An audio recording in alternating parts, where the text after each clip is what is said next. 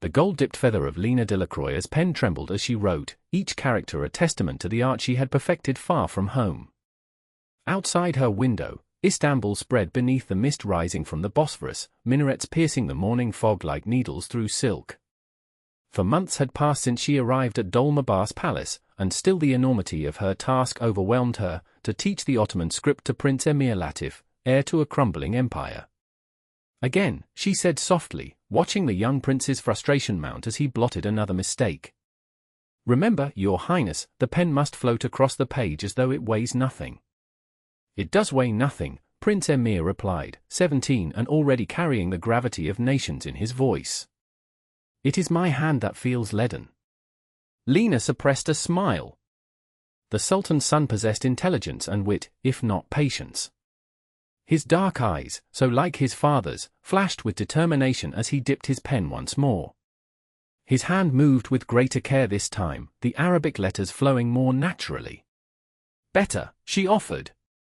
Your improvement is notable. You need not lie to spare my feelings, Miss Delacroix, he said, studying his work with dismay. My father demands perfection, and this is far from it.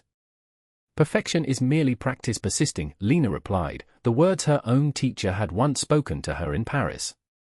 Sultan Mehmed did not hire me for flattery. The prince's shoulders straightened at the mention of his father. No, he hired you because the empire must appear modern. Western. Even as it dies by inches. The bitterness in his voice made Lena glance at the door, ensuring no guards or servants lingered near enough to hear such dangerous honesty. The young prince often forgot himself around her, perhaps because, as a foreign woman, she existed outside the rigid hierarchies that governed his life. The empire evolves, she corrected carefully. As do we all. Before he could respond, the door swung open. Lena rose immediately, lowering her gaze as Grand Vizier Tarsan Pasha entered. His immaculate grey beard and austere expression gave nothing away as he surveyed the lesson. The Sultan requests your presence, Prince Emir, he announced, then turned cold eyes toward Lena. Alone. After they departed, Lena gathered the calligraphy materials, her fingers lingering over the prince's practice sheet. His final attempt showed improvement, his natural grace beginning to translate to paper. Unlike his father, whose angular signature she'd seen on official documents, Emir's writing curved with unexpected gentleness. A folded corner of the parchment caught her attention. Curious, she opened it to find a hastily scrawled message in French, hidden from the vizier's view, *the garden, midnight. I must speak with you. It concerns what we discussed. Her heart hammered against her ribs. What they had discussed? They had discussed nothing beyond calligraphy and occasionally literature. To meet the prince alone would be more than improper, it could be deadly. Yet curiosity gnawed at her as she tucked the note into her sleeve. Later that evening, as Lena reviewed her correspondence by lamplight, a soft knock interrupted her thoughts. Her lady's maid, Fatima, entered with a sealed letter. From the French embassy, miss, she said, her Turkish accent shaping the French words carefully. Lena broke the seal, recognizing her brother's handwriting immediately. Dearest Lena, Paris grows colder without you, but I write not of weather. Father's condition worsens. The doctors speak of months, not years.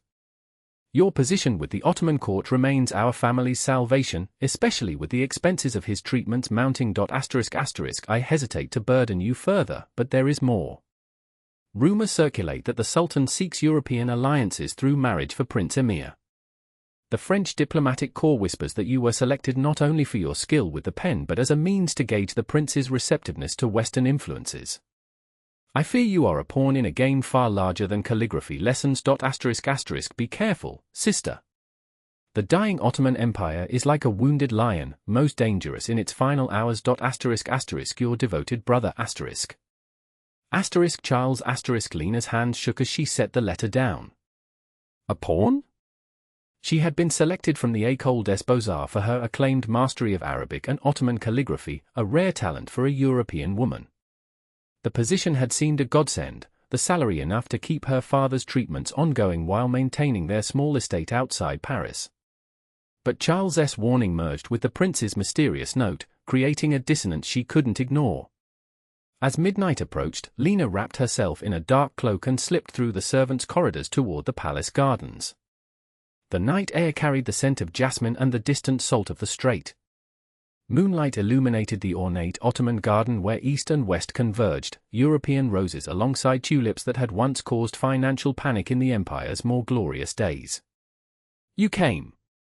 Prince Emir emerged from the shadows of a cypress tree, dressed simply by royal standards, though the quality of his clothing would feed a village for months. "Your Highness," Lena cursed, keeping her eyes lowered. "This meeting is most improper." "Improper, yes, but necessary." He gestured for her to walk alongside him. When she hesitated, he added, "Please, Miss Delacroix. I would not risk your reputation without cause." They moved deeper into the garden, where the burble of fountains would mask their conversation from any listening ears. "My father plans to announce my engagement at next month's reception," he said without preamble. Lena's step faltered. "Congratulations would seem appropriate, though I fail to see why this concerns me, Your Highness." "It concerns you because my bride is to be Lady Josephine Crawford, daughter of the British ambassador." His voice hardened. "And you, Miss Delacroix, are to prepare me to impress her father with immaculate English penmanship alongside the Ottoman script." "I see," Lena replied carefully, though she didn't, not entirely. "I am certainly capable of teaching English calligraphy, though it is not my primary expertise. That is not why I asked you here." Emir stopped beside a marble fountain where water trickled from the mouth of a bronze lion. "I've received intelligence that Lady Josephine's father is not merely an ambassador but a British military strategist. This marriage is no alliance, it's surveillance. They believe the Ottoman Empire will collapse within years and wish to position themselves advantageously when it does." The political implication struck Lena with chilling clarity. "How could I possibly help with such matters? I am merely your calligraphy instructor. You are French. Neutral in the eyes of both the British and my father." His voice dropped lower. "And you have access to diplomatic correspondence through your brother at the French embassy." Lena's blood ran cold. How did he know about Charles? Had her letters been read? "I need information, Miss Delacroix. What the British truly intend. What the French know." The moonlight caught the desperation in his eyes. "My father sees only the prestige of a European connection. He doesn't understand that the vultures are circling."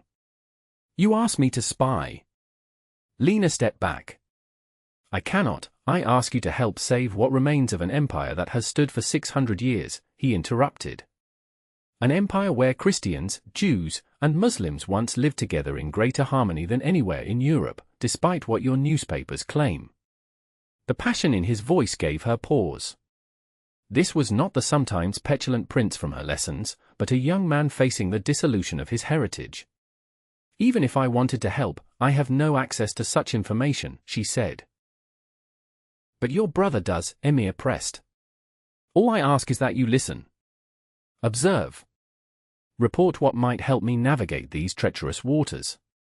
Before she could respond, footsteps crunched on the gravel path.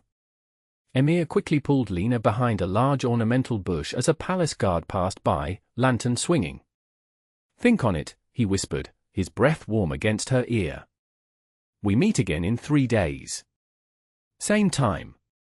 Then he was gone, melting into the shadows with the practiced ease of someone who had spent a lifetime finding privacy within palace walls. Lena returned to her chambers, mind whirling. The prince was asking her to betray her employers, perhaps even her country, for the sake of a dying empire. Yet she couldn't dismiss the earnestness in his voice, the genuine concern for his people. The following morning's calligraphy lesson proceeded with new tension. Each time their fingers nearly touched over the parchment, Lena felt electricity in the air between them. The prince maintained perfect decorum, yet his eyes held questions only she could answer. "Your English letters show promise," she commented, examining his practice sheet. "Though they lack the fluid connection of Ottoman script." "Perhaps because the English connect nothing," he replied, voice neutral but meaning clear. "Each letter stands alone, isolated from its neighbors. Lena understood his metaphor. Some scripts appear disconnected but follow invisible rules of harmony, she countered. Not all connections must be visible to exist. Their conversation continued in this manner, layered with meaning that would seem innocuous to any observer. When the lesson concluded, Emir handed her his practice sheet. Folded within was another note, *I await your answer. That evening, an invitation arrived from the British ambassador's residence, a small reception for Lady Josephine's birthday. Lena was included among the palace staff invited to represent the Sultan's household. It would be her first glimpse of the woman intended for Prince Emir. The Crawford residence near Pera gleamed with European opulence, a deliberate contrast to Ottoman aesthetics. Lena observed from the periphery as Lady Josephine held court among admirers. The young Englishwoman's golden hair and porcelain complexion marked her as the foreign prize she was intended to be, a beautiful ornament to display Ottoman progressiveness. "She speaks no Turkish," a voice murmured beside her. Lena turned to find Edward Lockwood, a junior attaché at the British Embassy whom she had met at previous diplomatic functions. Nor does she intend to learn. Perhaps she hasn't had proper instruction, Lena suggested, accepting the glass of champagne he offered. "Oh, Miss Delacroix, always the teacher?" His smile didn't reach his eyes. "Tell me, how fares your royal pupil? Rumor has it the prince shows great interest in his studies." The implication hung in the air between them. Lena maintained her composure, though her cheeks warmed. "His Highness is dedicated to mastering both Ottoman and European scripts, as befits his position." "Indeed."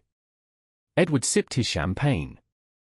"I wonder, though, if his interests extend beyond calligraphy to the instructor herself." "Mr. Lockwood," Lena said coolly, "such insinuations are beneath you." "Forgiveness, Miss Delacroix." He bowed slightly. "I spoke out of concern. The Ottoman court can be dangerous for Western women who forget their place." Before she could respond, the crowd parted as Prince Emir arrived, resplendent in a European-style military uniform adorned with Ottoman embellishments. His entrance caused a momentary hush before the room erupted in greetings and bows. Lena watched as he approached Lady Josephine, performing the diplomatic dance flawlessly. Yet she noted how his smile never reached his eyes, the same careful mask he wore during tedious calligraphy drills.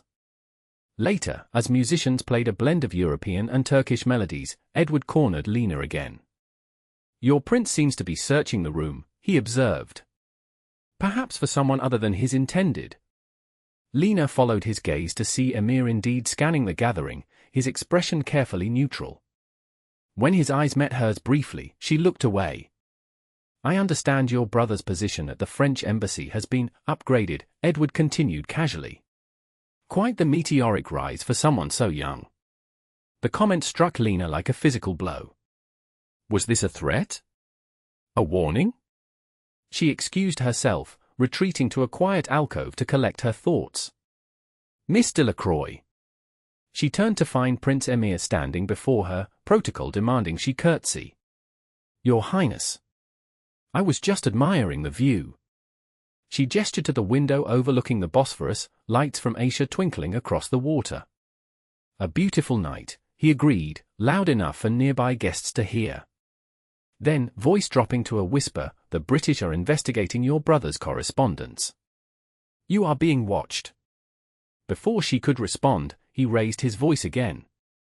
"I must thank you for your dedication to my education, Miss Delacroix. The Sultan is most pleased with my progress." With a formal nod, he returned to his official duties, leaving Lena shaken. The warning confirmed her worst fears. She was indeed a pawn in this game of empires. But whose pawn? And to what end? 3 nights later, Lena made her decision. She met Prince Emir in the palace garden as arranged, the stars above offering little illumination through gathering clouds. "I cannot spy for you," she said without preamble. "But I will help you understand what you face." Relief crossed his features. "That is all I ask." "The British see your father's empire as the sick man of Europe," she continued. "They believe its collapse inevitable and are positioning themselves to control the straits when it happens." "And the French?" France has its eyes on Ottoman territories in Syria and Lebanon. The admission pained her. My country is no more altruistic than Britain. Emir nodded slowly. And my marriage to Lady Josephine. A beautiful distraction, Lena replied honestly. While you court her, British engineers survey your ports and waterways. Lightning flashed in the distance, illuminating the prince's face, so young yet marked by burdens few could comprehend. I suspected as much, he said finally. Thank you for your honesty. What will you do? She asked. What I must. His hand briefly touched hers, the contact sending warmth through her despite the cooling air. Continue my education. The rain began to fall as they parted, fat droplets that quickly became a downpour. By the time Lena reached her chambers, she was soaked through, her mind as turbulent as the storm outside. The following weeks brought a transformation in Prince Emir. He attacked his calligraphy lessons with newfound purpose, mastering both Ottoman and English scripts with remarkable speed. Lena found herself increasingly drawn to this more focused version of the prince, a young man determined to forge his own destiny. Their lessons expanded beyond mere writing to include diplomatic correspondence, the nuances of European greeting cards, and the subtle art of conveying one meaning while writing another. Through it all, their hands would occasionally brush, their eyes meet for a moment too long. Show me again how the French write love letters, he requested one afternoon, the question seemingly innocent though his eyes held deeper meaning. That would hardly be appropriate, Your Highness, she replied, aware of the servant arranging flowers nearby. For diplomatic purposes only, he insisted with the ghost of a smile. One must understand all aspects of European communication. Reluctantly, she demonstrated the flowing script of French romantic correspondence, choosing the most formal examples from literature rather than the passionate phrases that came more readily to mind. The French separate the public from the private with great care, she explained. What is written for others to see often bears little resemblance to personal thoughts. A valuable lesson, he murmured, watching her hand guide the pen. One I shall remember. As the date for the engagement announcement approached, Lena received more frequent letters from her brother, each more alarming than the last. Charles warned that British intelligence had increased surveillance of Ottoman military installations. Meanwhile, the Sultan's health was rumored to be failing, though this was carefully concealed from the public. During one lesson, Prince Emir passed her a folded message hidden within his practice sheets, *tonight. The library. Midnight. Urgent. *. The palace library, a vast collection of manuscripts spanning centuries, stood empty when Lena arrived. Oil lamps cast long shadows among the towering shelves as she moved cautiously through the space. You weren't followed. Emir emerged from between two bookcases. No, she assured him. What's happened? My father has agreed to concessions that would effectively surrender Ottoman sovereignty over the Straits. His voice was tight with controlled anger. The engagement announcement will coincide with the secret signing of these agreements. Lena's hand flew to her throat. Can you stop it? Not alone. His dark eyes held hers. I need proof to present to the remaining loyal ministers, proof of British duplicity. Understanding dawned. And you believe I can provide this proof? Your brother's position, my brother is a diplomat, not a spy, she interrupted. All diplomats are spies, Miss Delacroix, Emir countered softly. Just as all calligraphy instructors are occasionally messengers. Before she could respond, the library door creaked. They froze, listening to footsteps approach. Hide, Emir whispered, guiding her behind a massive bookcase. Grand Vizier Tarsan Pasha's voice echoed through the library. Your Highness? The guards reported movement here. Just me, Vizier, Emir called, stepping into view. I couldn't sleep and thought some reading might help. From her hiding place, Lena could see suspicion cross the older man's features. It's unlike you to seek out books voluntarily, Prince Emir. Perhaps Miss Delacroix's influence has improved more than just my handwriting, he replied smoothly. The vizier's eyes narrowed. Indeed. Speaking of your instructor, there are concerns about her continued presence at court. What concerns? Emir's voice remained neutral, though Lena detected the tension beneath. Her brother's activities have drawn attention. Some question where the family's loyalties truly lie. The vizier ran his finger along a bookshelf, examining the dust. The Sultan believes it might be prudent to conclude your calligraphy education after the engagement announcement. Lena's heart sank. Dismissal would mean returning to France with no income to support her father's treatments.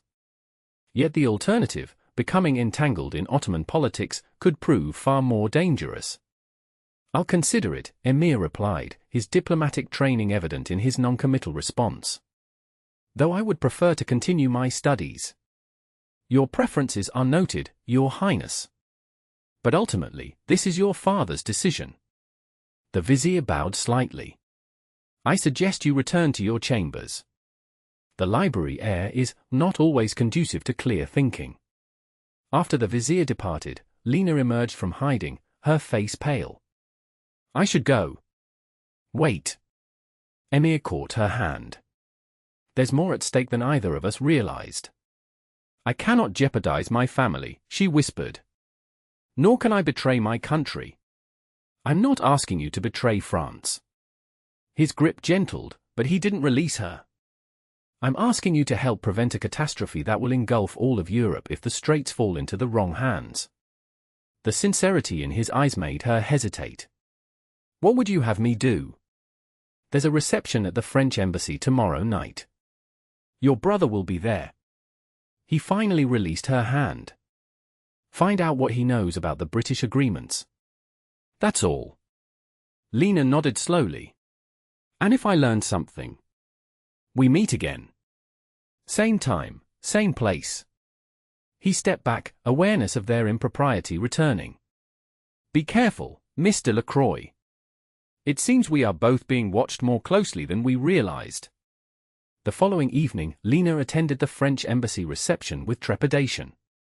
Her blue gown, the finest she owned, still marked her as a working woman among the diplomatic elite, but her family connection to Charles afforded her entry to such gatherings.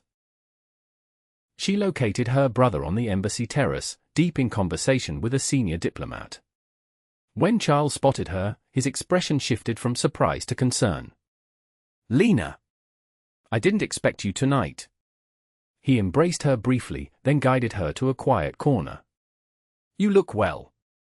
Palace life must agree with you." "Well enough," she replied, studying his face. He seemed thinner, more careworn than when she'd last seen him. "How is father?" "Stable, for now." Charles glanced around before continuing in a lower voice. "Your last letter worried me. Are you being careful at court?" "As careful as one can be when surrounded by politics I barely understand." She kept her tone light. "Though I've gathered the British marriage alliance is more complicated than it appears." Charles's expression tightened. "You shouldn't concern yourself with such matters." "How can I not? My pupil is the center of it all." She leaned closer. "Charles, if you know something that might affect my position, Lena." Her brother gripped her arm gently but firmly. "Listen carefully. The British are not the only players in this game. There are factions within the Ottoman court itself that would use the prince's marriage as an opportunity to depose the Sultan." Cold fear trickled down Lena's spine. "A coup?" "Possibly. Nothing is certain except that Dolmabah's palace will soon become very dangerous for outsiders." His eyes held hers. "Especially French outsiders with connections to diplomatic intelligence." "What are you saying?" "I'm saying you should request leave to visit father. Soon." Charles released her arm as another diplomat approached. "Before the engagement announcement, if possible." The conversation shifted to pleasantries, but Lena's mind raced. A coup would explain the urgency in Emir's manner, and the risk he took in meeting her privately. Was he part of the faction opposing his father? Or was he trying to prevent the coup? Later that night, Lena returned to the palace library with her thoughts in turmoil. She found Prince Emir already waiting, his tall figure silhouetted against the windows overlooking the Bosphorus. "There's talk of a coup," she said without preamble. "Time to coincide with your engagement announcement." He didn't seem surprised. Did your brother say who leads it? No. Only that it involves factions within the court. She studied his reaction carefully. You knew already. I suspected.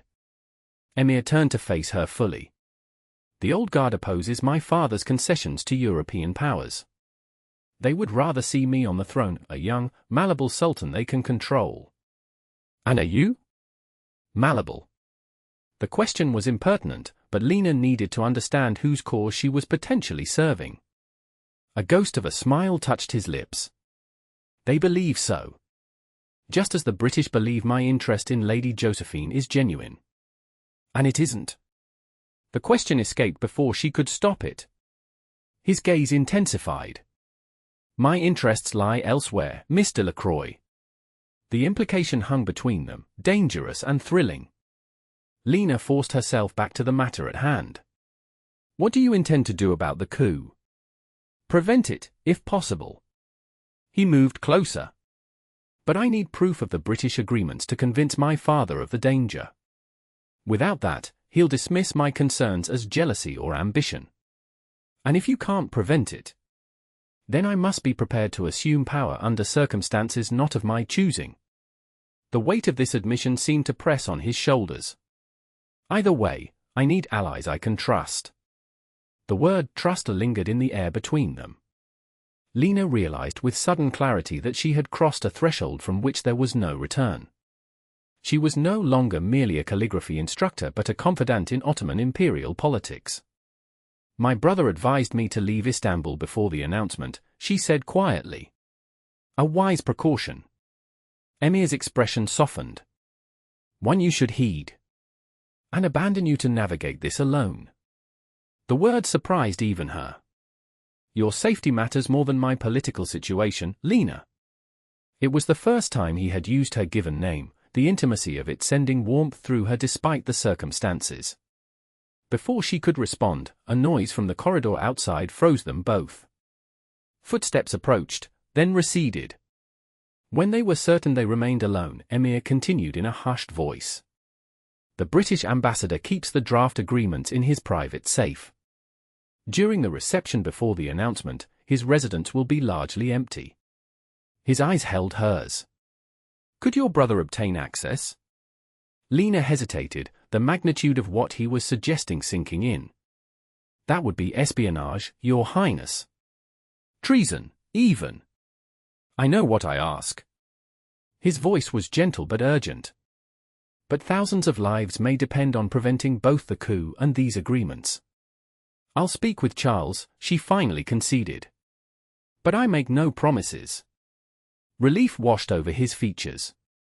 Thank you. His hand found hers in the darkness, squeezing gently. Whatever happens, know that these past months, your lessons, have meant more to me than mere calligraphy. The vulnerability in his admission touched her deeply. Against all propriety, against all wisdom, Lena found herself responding, for me as well, Emir. The use of his name without title hung in the air between them, an intimacy more significant than their clasped hands. For a moment, they were not prince and teacher but simply a man and woman standing on the precipice of something profound. The moment shattered as the library door swung open. They sprang apart, but not quickly enough to escape notice. Edward Lockwood stood in the doorway, surprise giving way to calculated interest on his face. Well, well. What an unexpected literary gathering. Mr. Lockwood, Emir recovered first, his royal training evident in his composed demeanor. You're far from the British embassy at this hour. I had documents to deliver to your father's ministers. Edward's eyes flickered between them. Though I see I'm interrupting something more personal than political. Miss Delacroix was assisting me with a text on diplomatic correspondence, Emir replied smoothly. A subject with which you're familiar, I'm sure. Indeed. Edward's smile didn't reach his eyes. Though I typically conduct my lessons in daylight hours. The implication hung heavily in the air. Lena stepped forward, chin raised. If you'll excuse me, gentlemen. It's late, and I should return to my quarters. Allow me to escort you, Miss Delacroix, Edward offered, his tone making it clear this was not a request. These palace corridors can be confusing after dark. With no graceful way to refuse, Lena had no choice but to accept. She curtsied to the prince, maintaining all proper formality. "Good night, Your Highness." As Edward led her from the library, his grip on her arm tightened. "Playing a dangerous game, aren't you?" "I don't know what you mean," she replied coolly. "I think you do." His voice dropped lower. "The British Empire has invested too much in this Ottoman alliance to see it derailed by a French calligraphy instructor with questionable loyalties." "My loyalty is to my profession and my family," Lena countered, heart racing. "Nothing more. See that it remains so." They had reached her quarters, and Edward released her arm. "For your brother's sake, if not your own." The threat was unmistakable. As he walked away, Lena leaned against her door, mind whirling with implications. Edward would certainly report what he'd seen. Her position, perhaps even her safety, was now compromised. The following morning brought a summons not to the prince's study but to the Grand Vizier's office. Tarsan Pasha received her with cold formality. "Miss Delacroix, your services to the court are no longer required," he announced without preamble. "Arrangements have been made for your return to France. You leave tomorrow." Shock rendered her momentarily speechless. "May I ask the reason for this sudden dismissal?" "The prince's calligraphy has reached a satisfactory level," the vizier replied, not meeting her eyes. "And with the engagement announcement approaching, his schedule requires restructuring." "I see." Lena maintained her composure through years of practice. "May I at least bid farewell to His Highness? The prince is occupied with preparations for his engagement. It would be inappropriate to disturb him." The vizier finally looked at her directly. "A generous severance has been arranged. You will want for nothing upon your return to Paris." Being bought off. The realization stung more than the dismissal itself. "And if I wish to remain in Istanbul?" "That would be inadvisable." His meaning couldn't have been clearer. "Your brother at the French embassy has been informed of your departure. He agrees it is for the best." With no further recourse, Lena returned to her quarters to find servants already packing her belongings. The speed of her dismissal confirmed her fears. Edward Lockwood had wasted no time reporting their midnight meeting. As evening fell, Lena sat by her window overlooking the Bosphorus, watching lights twinkle on the Asian shore. The beauty that had captivated her upon arrival now seemed a cruel reminder of all she was being forced to leave behind. A soft knock interrupted her melancholy. Fatima entered, closing the door quietly behind her. "A message, miss," she whispered, pressing a folded paper into Lena's hand before busying herself with the packing. Lena unfolded it carefully, recognizing the prince's improved calligraphy immediately. *midnight. The cypress grove beyond the south gate. Come alone if you can. Hope and trepidation warred within her. To meet him now, after her dismissal, would confirm every suspicion Edward Lockwood harbored. Yet to leave without seeing him one last time seemed unbearable. As the palace settled into night stillness, Lena slipped from her room, a dark cloak concealing her figure. The guards at the south gate were mysteriously absent, Emir's doing, no doubt, allowing her to pass unnoticed into the grove beyond. He waited beneath the tallest cypress, moonlight silvering his features. Without the formal attire of court, dressed simply in riding clothes, he looked younger, more vulnerable. "You're leaving," he said as she approached, no question in his voice. "By order of the vizier." Lena stopped before him, maintaining a proper distance despite the privacy of their location. "It seems our library meeting had an unwelcome witness." "Lockwood." Anger flashed in Emir's eyes. "He spoke to my father directly." "Then you know I have no choice but to go." "There are always choices." He stepped closer. "I've made arrangements with allies outside the palace. If you're willing, you need not return to France immediately." Confusion furrowed her brow. "What are you suggesting?" "Stay in Istanbul. Publicly depart the palace, but remain in the city under the protection of those loyal to me." His words came faster now, urgency evident. The British agreements must be exposed before the engagement announcement in 5 days. I need your help, and your brother's. My brother warned me to leave, Lena reminded him. He fears a coup. With good reason. Emir ran a hand through his hair, a gesture she'd never seen from him in their formal lessons. But what he doesn't know is that I can prevent it if I can prove the British duplicity to my father first. The desperation in his voice moved her. Even if I wanted to help, how could I? I've been dismissed. Your dismissal provides perfect cover. No one will suspect a disgraced former instructor of involvement in court politics. He reached for her hands, propriety forgotten. Lena, I would not ask if there were any other way. The use of her name, the warmth of his touch, Lena found her resolve weakening. What exactly would you have me do? Convince your brother to help us access the British ambassador's private papers during the pre-engagement reception. His grip tightened. Once we have proof, I can approach my father privately. And if we're caught? Charles would lose everything. I would likely face imprisonment, or worse. I would protect you, Emir promised, his voice fervent. With my life if necessary. The sincerity in his eyes made her heart race. This was madness, political intrigue far beyond a calligraphy instructor's realm.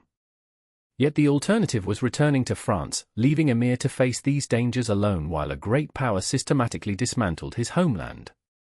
I'll speak with Charles, she finally agreed. But I make no guarantees. Relief washed over his features. Thank you. He hesitated, then added softly, there's something else you should know. Something I should have told you weeks ago. What is it? The real reason you were selected to teach me. His expression grew solemn. It wasn't just for your calligraphy skills, exceptional as they are. Lena's breath caught. My brother mentioned rumors. Your brother was right. Emir's thumbs traced circles on her palms. My father chose you because of your family's diplomatic connections, yes. But I requested you specifically after seeing your work exhibited in Paris last year. I had already begun opposing my father's policies and needed someone from outside the Ottoman court who might become an ally. The revelation stunned her. You've been planning this since before I arrived. Not this precisely. But I knew changes were coming that would require support beyond the palace walls. His gaze held hers. What I didn't anticipate was how much more than an ally you would become to me. The admission hung in the night air between them, fraught with implications neither could safely express. Before Lena could respond, a rustle in the bushes nearby startled them both. Go, Emir whispered, releasing her hands. Return to your quarters. I'll have word sent tomorrow about where to meet after you've left the palace. With one last lingering look, Lena slipped away, her mind reeling from revelations that transformed everything she had believed about her position at the Ottoman court. The following morning, Lena departed Dolmabah's palace with all the formality of a disgraced employee. No farewell from the prince, no acknowledgement beyond the minimum courtesy required. Her trunks were loaded onto a carriage bound ostensibly for the port, though she knew her journey would take a different turn. As arranged in a final note smuggled to her by Fatime, the carriage diverted to a modest residence near the French Quarter. There, an elderly Turkish woman identified only as the widow welcomed her with quiet efficiency, showing her to a small but comfortable room overlooking a walled garden. You will stay here until it is safe to move, the woman explained in broken French. The young eagle sends his regards. Lena understood the coded reference to Emir immediately. How long must I remain? Not long. 2 days, perhaps 3. The widow's weathered face revealed nothing. Rest now. Later, your brother will come. True to her word, Charles arrived that evening, his face tight with concern and barely suppressed anger. Have you lost your mind? He demanded once they were alone. Involving yourself in Ottoman politics? Meeting the prince privately? Do you have any idea the danger you've put yourself in? I didn't choose this position, Charles, she reminded him. According to Prince Emir, I was selected specifically for my connection to you. Her brother paced the small room. All the more reason to return to France immediately. And what of father's treatments?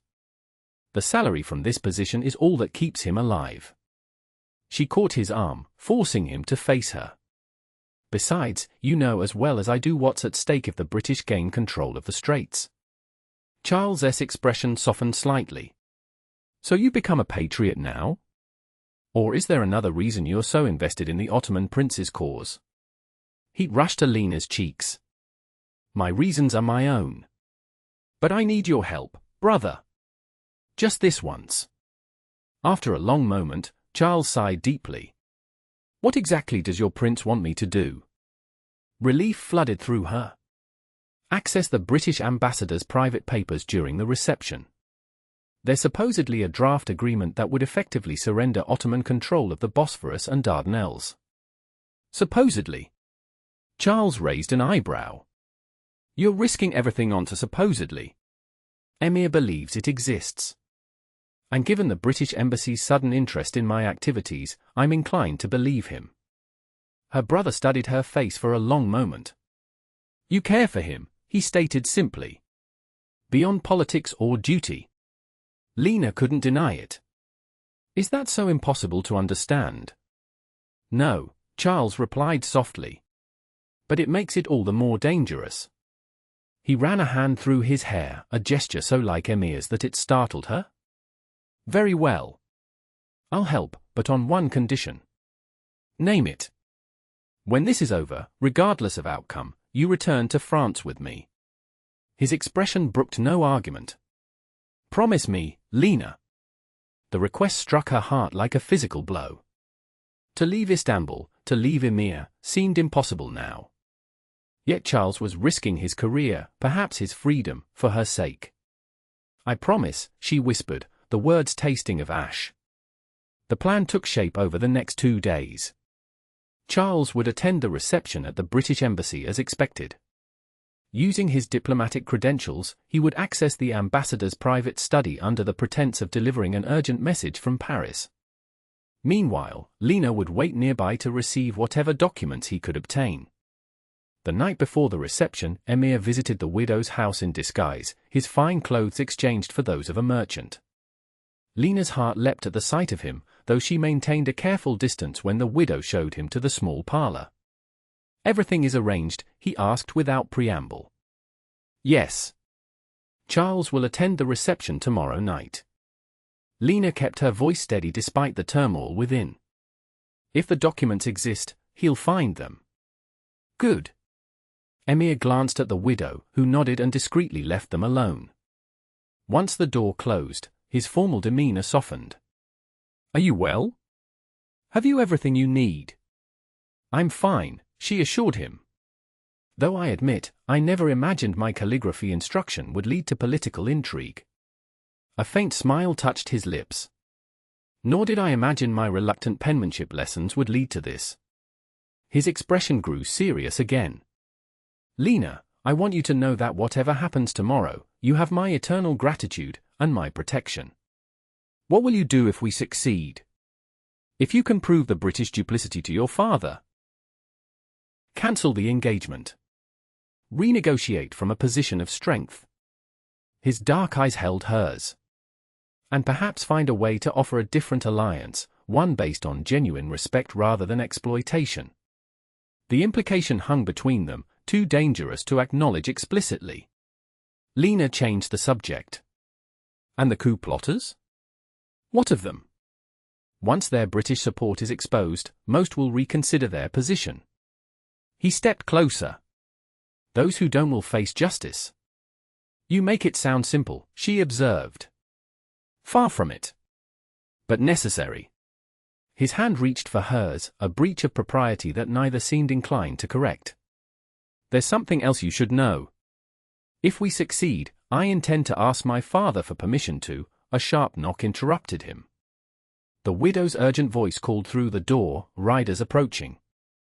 British Embassy markings. Alarm flashed across Emir's features. How could they know I'm here? Charles wouldn't betray us, Lena insisted, though fear clutched at her heart. Perhaps not willingly. Emir moved toward the window, peering cautiously outside. "There's no time to explain. You must come with me now." "Where?" "A safe house near the Galata Bridge. We can reach it through the garden." He gripped her shoulders. "Quickly, Lena. Bring only what you need." She grabbed her cloak and a small bag containing her most important possessions, her father's letters, her calligraphy tools, and the modest savings from her palace salary. Within minutes, they had slipped through a hidden gate in the garden wall into a narrow alley beyond. As they hurried through Istanbul's winding streets, Emir explained in hushed tones, "Edward Lockwood must have been watching your brother. The British suspect our plan." "What about Charles?" Anxiety for her brother clutched at Lena's heart. "His diplomatic status protects him, to a point," Emir replied grimly. "But we must assume tomorrow's plan is compromised." They arrived at a nondescript building near the waterfront. Inside, a surprised middle-aged man greeted the prince with obvious deference despite his disguise. "Your Highness," he bowed. "We did not expect you until tomorrow." "Circumstances changed, Kamal." Emir's tone was clipped. "The lady needs accommodation.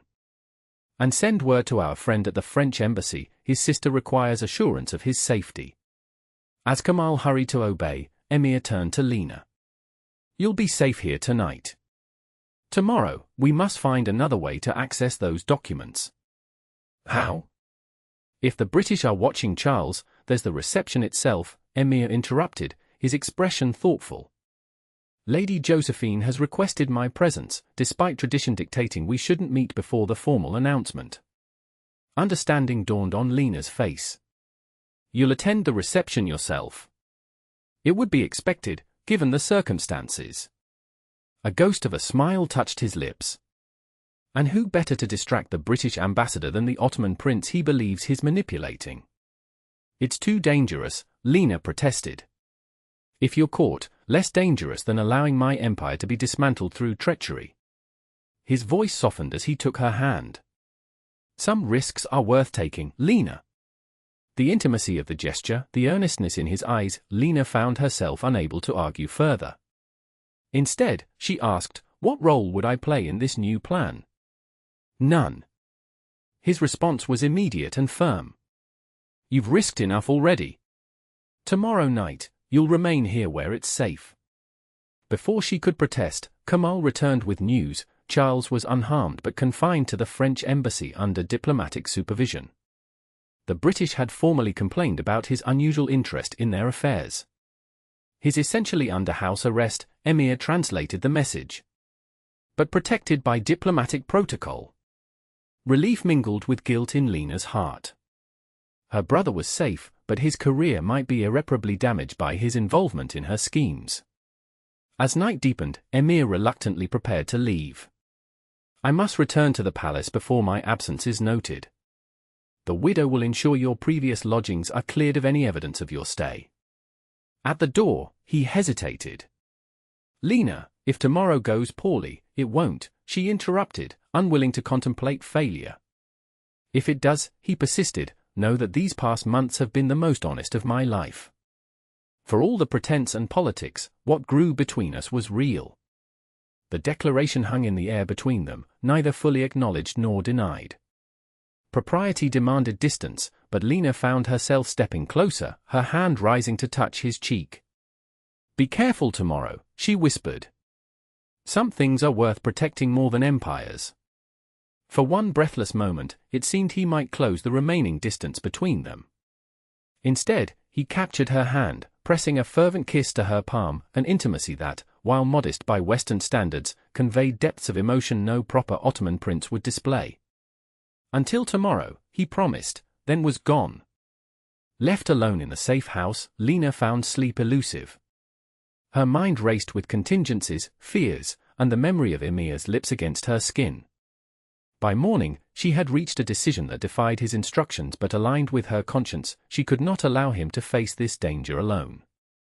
With Kamal's reluctant assistance, she obtained modest but respectable evening attire, not fine enough to draw attention, but sufficient to blend with the peripheral guests at an embassy reception. Her plan was simple: position herself near the British ambassador's study during the event, ready to assist Emir if needed. As evening approached, she prepared carefully, arranging her hair in a simple style and applying just enough cosmetics to alter her appearance slightly. Anyone who knew her well would recognize her, but a casual observer might not connect her to the disgraced calligraphy instructor who had left the palace days earlier. "The prince will not be pleased," Kamal warned as she prepared to leave. "Then he need never know, if all goes well," Lena replied, securing a small dagger beneath her skirts, another provision from the surprisingly resourceful Kamal. The British embassy blazed with light as carriages deposited Istanbul's elite at its doors. Lena slipped in with a group of minor Ottoman officials, her confident demeanor and passable Turkish allowing her to pass unchallenged through the initial reception line. Inside, she positioned herself near a potted palm with good visibility of both the main ballroom and the corridor leading to the ambassador's private offices. From this vantage point, she watched as Prince Emir arrived, resplendent in formal attire that blended Ottoman and European elements. Lady Josephine immediately gravitated to his side, her golden hair and pale blue gown making her the perfect visual complement to his dark handsomeness. For nearly an hour, Lena observed as Emir performed his role flawlessly, attentive to his soon-to-be fiancé, respectful to her father, charming to the assembled dignitaries. Only someone who knew him as intimately as Lena could detect the calculation behind each smile, each gesture. Her vigilance was rewarded when she noticed him excuse himself during a musical interlude. As conversation swelled around Lady Josephine's performance at the pianoforte, Emir slipped away toward the private wing of the embassy. Lena waited a few moments, then followed, careful to maintain distance and move only when others were also in motion. The corridor to the ambassador's study was mercifully empty, though she could hear voices from rooms adjoining it. She positioned herself in an alcove near an ornamental suit of armor, ready to create a distraction if needed. Minutes passed with excruciating slowness. Just as Lena began to fear something had gone wrong, the study door opened. Emir emerged, his expression carefully neutral though she detected tension in the set of his shoulders. He had nearly reached her position when another door opened further down the corridor. Edward Lockwood stepped out, surprise registering on his face at the sight of the Ottoman prince. "Your Highness," he recovered quickly. "You seem to have wandered into a private area of the embassy." "Mr. Lockwood." Emir's voice revealed nothing. "I was seeking a moment's respite from the festivities. The ambassador mentioned his collection of Ottoman manuscripts during our last meeting, and I confess my curiosity got the better of me." Edward's eyes narrowed slightly. "How fortunate I found you, then." "The ambassador keeps his collection under lock and key, for preservation purposes, you understand." "Of course." Emir's smile was diplomatic perfection. "Perhaps another time, with proper arrangements." As they spoke, Lena noticed Emir's hand slip something into his jacket pocket, a folded document, perhaps. Edward must have noticed too, for his posture subtly shifted. "What have you there, Your Highness?" he asked, his tone hardening. "A letter of my own I was consulting," Emir replied smoothly. "Correspondence regarding Lady Josephine's preferences for the engagement ceremony." Edward took a step closer. "Perhaps you'd allow me to see it? As her father's attaché, I should be informed of all arrangements." The situation was deteriorating rapidly. Lena made her decision in an instant. Stepping from her hiding place, she affected a light, slightly intoxicated laugh. "Oh. Excuse me, gentlemen," she giggled, adopting a vague European accent unlike her natural French one. "I seem to have lost my way to the ladies' withdrawing room." Both men turned, startled by her sudden appearance. Edward's eyes narrowed as he studied her face, clearly trying to place her. Emir's expression remained neutral, though she detected a flash of alarm in his eyes. "The withdrawing room is in the opposite direction, madam," Edward said stiffly. "Allow me to escort you." "How kind," Lena swayed slightly, as though tipsy from champagne. "But I've interrupted something important, haven't I?" How terribly embarrassing. Her diversion worked. In the moment Edward's attention shifted to her, Emir smoothly handed something to a passing server, one of his people, Lena realized, recognizing the man from the safe house. Not at all, Edward replied, his suspicious gaze darting between her and the prince. His Highness was just returning to the ballroom to rejoin Lady Josephine. Indeed I was, Emir agreed, offering Lena a formal bow that betrayed no recognition. If you'll excuse me. As he departed, Edward's attention focused fully on Lena. You seem familiar, madam. Have we met before? I don't believe so, she replied airily. I arrived only recently from Vienna. My husband has business with the Austrian consulate. Something like recognition flickered in Edward's eyes. Curious. You remind me of someone, a French woman who recently taught at the Ottoman court. Lena's heart raced, but she maintained her facade. How flattering. I've always admired the French sense of style, though my own tastes run more to Austrian fashions. Before Edward could press further, a commotion erupted from the ballroom, raised voices, a woman's cry of distress. His head turned toward the sound, professional instinct overriding his suspicions momentarily. If you'll excuse me, he said curtly, then hurried toward the disturbance. Lena didn't wait to see what had caused the commotion. She slipped quickly down the corridor in the opposite direction, finding a servant's entrance that led to the embassy gardens. From there, she made her way to the street, where Kamal waited with a closed carriage as planned. The prince, she asked as they pulled away from the embassy. Successfully departed through the main entrance, Kamal assured her. The distraction worked perfectly. Distraction. A smile touched the older man's weathered face. A minor diplomatic disagreement between the Italian and Russian attachés. Carefully arranged and entirely harmless. Relief washed over Lena. And the documents? In safe hands. The prince will meet us at the secondary location.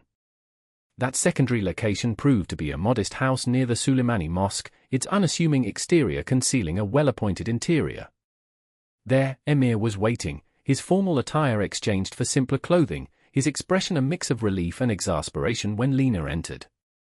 You were explicitly instructed to remain at the safe house, he said without preamble.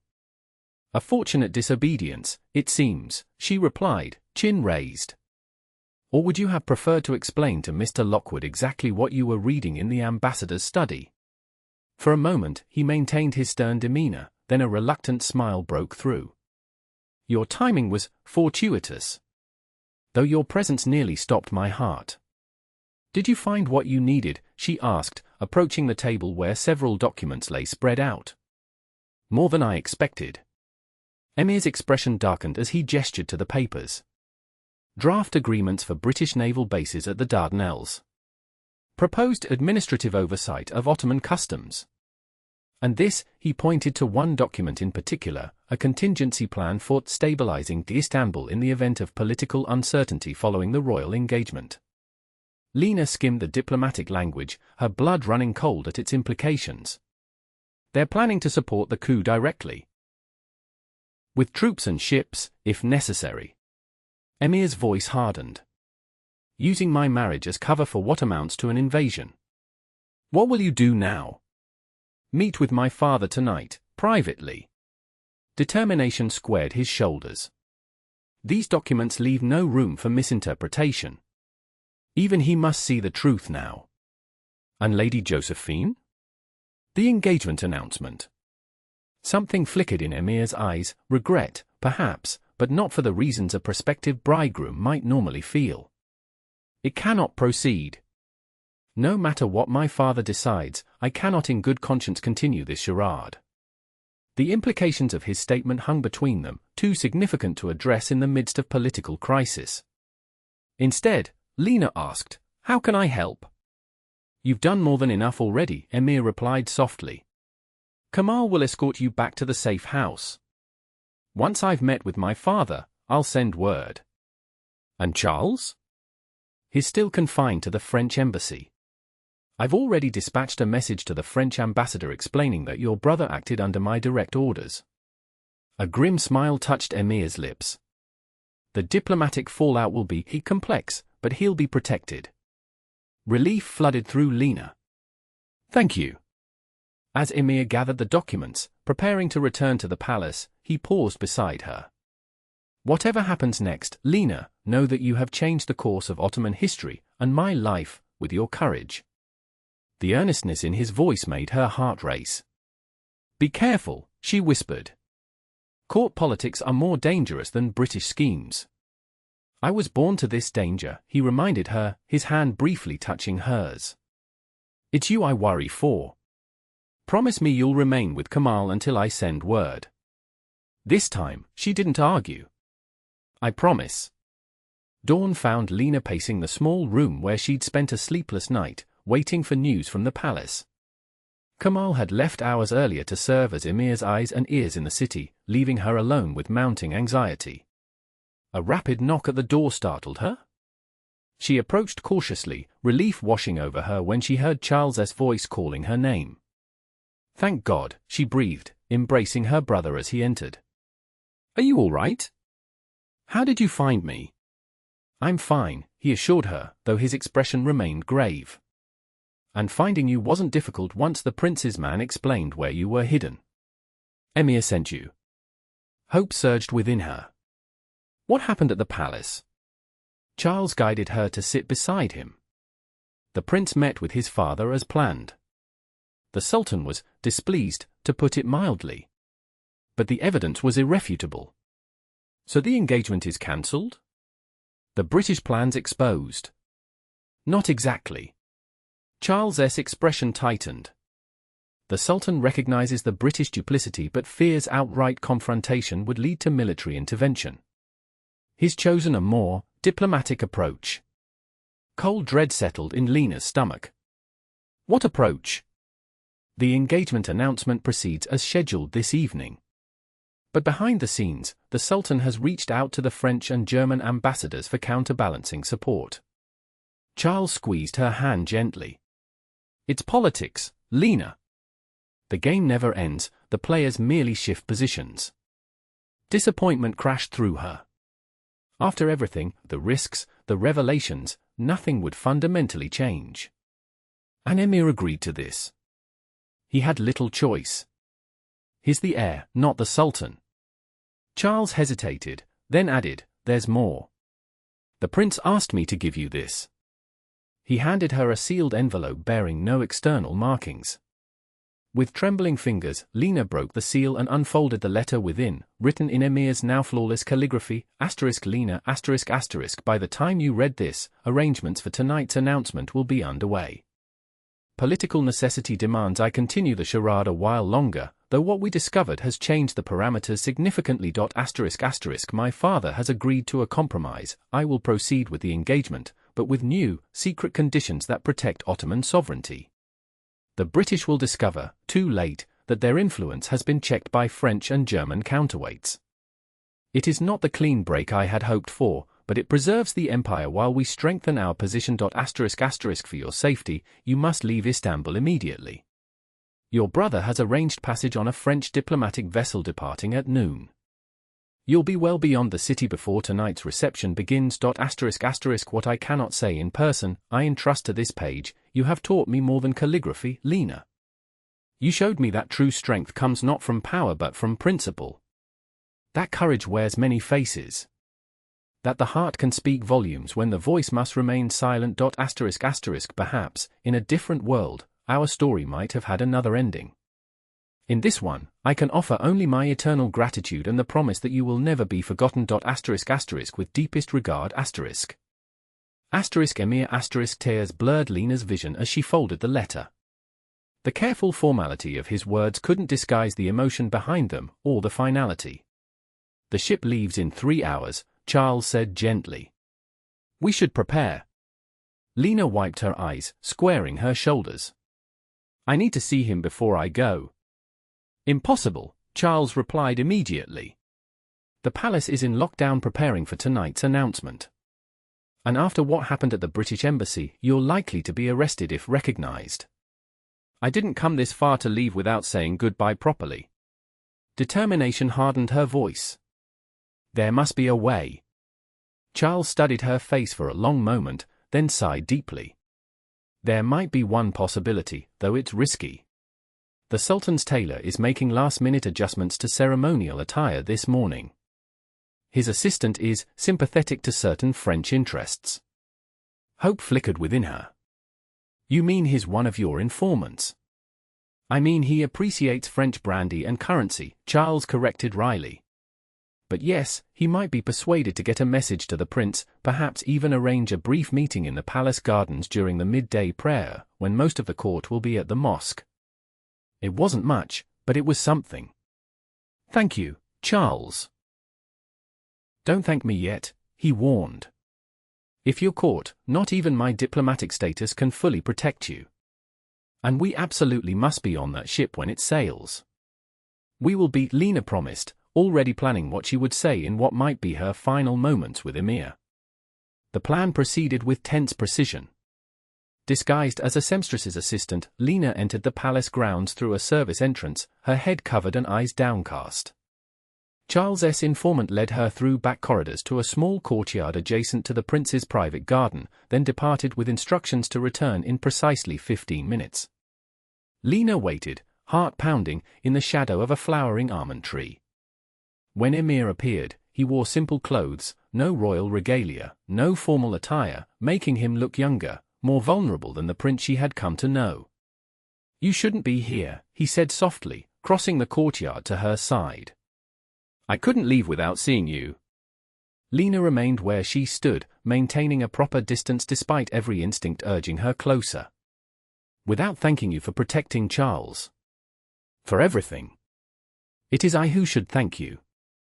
His dark eyes held hers. What you risked was my choice, she interrupted. A choice I would make again. A sad smile touched his lips. Even knowing the outcome? That nothing really changes. Everything changes, Emir. Lena took a step closer, propriety forgotten. The British plans are exposed, even if only to your father. You enter this engagement with eyes open, not as a pawn but as a player in your own right. And you and I, she hesitated, gathering courage, we are changed most of all. Something flickered in his expression, hope, perhaps, or resignation. I meant what I wrote, Lena. In a different world, we don't live in a different world, she said gently. We live in this one, with all its limitations and possibilities. Emir's gaze intensified. What are you saying? That perhaps our story isn't ending, but merely changing form. Lena reached into her pocket, withdrawing a small package wrapped in silk. A parting gift. He unwrapped it carefully to reveal an exquisitely crafted calligraphy pen, its barrel inlaid with mother of pearl. It's beautiful. My father gave it to me when I left for Istanbul, she explained. Now I give it to you, with this promise, I will write, and you may choose to answer or not, as duty permits. But know that each letter comes with all that cannot be said openly. Understanding dawned in his eyes. A correspondence that appears innocent to any who might intercept it. Exactly. Lena smiled. You have become quite skilled at reading between the lines, after all. For the first time since she'd known him, Emir laughed, a genuine sound untainted by political calculation or royal restraint. My diligent teacher, he murmured, his expression sobering as he reached for her hand. I will write, Lena. No matter what comes next, I will write. The sound of approaching footsteps forced them apart. The tailor's assistant reappeared, anxiety evident in his hurried gestures. It's time, Lena said, reluctantly stepping back. Be well, Your Highness. And you, Miss Delacroix. Emir's formal address couldn't mask the emotion in his eyes. Until our next lesson. As she followed the assistant back through the palace corridors, Lena felt not the crushing grief she had anticipated but a curious sense of possibility. Their story would continue, in different form, across distances, but continue nonetheless. 3 hours later, as the French diplomatic vessel pulled away from Istanbul's shores, Lena stood at the rail watching the city's minarets and domes recede into the haze. Charles joined her, placing a protective arm around her shoulders. You're thinking of him, he observed quietly. I'm thinking of everything, she replied. The lessons. The intrigues. The future. "The future holds more possibilities than you might imagine," Charles said, a curious note in his voice drawing her attention. "The diplomatic situation remains fluid. The French Foreign Ministry may require regular communication with certain Ottoman officials as this new balance of power evolves." Understanding dawned slowly. Communication that might benefit from someone familiar with both cultures? Someone who could translate not just words but intentions. A small smile touched her brother's lips. Someone with demonstrated loyalty to French interests who also commands unusual respect from the Ottoman heir. The ambassador was quite impressed by how fervently Prince Emir advocated for your brother's protection. Hope unfurled in Lena's heart. When might such an arrangement begin? After a suitable period in Paris. Perhaps 6 months. Enough time for the current tensions to settle and new diplomatic frameworks to emerge. Charles squeezed her shoulder gently. "Nothing is certain in politics, Lena. But doors that seem closed often merely require a different key." As Istanbul disappeared beneath the horizon, Lena thought of the pen she had given Emir, and of the letters that would soon flow between them, bridging the distance until circumstance might bring them together again. Their story, like the calligraphy she had taught him, would continue to unfold in careful strokes and flourishes, each line connected to the next in patterns only they could fully read. Some tales were written in grand proclamations and public ceremonies.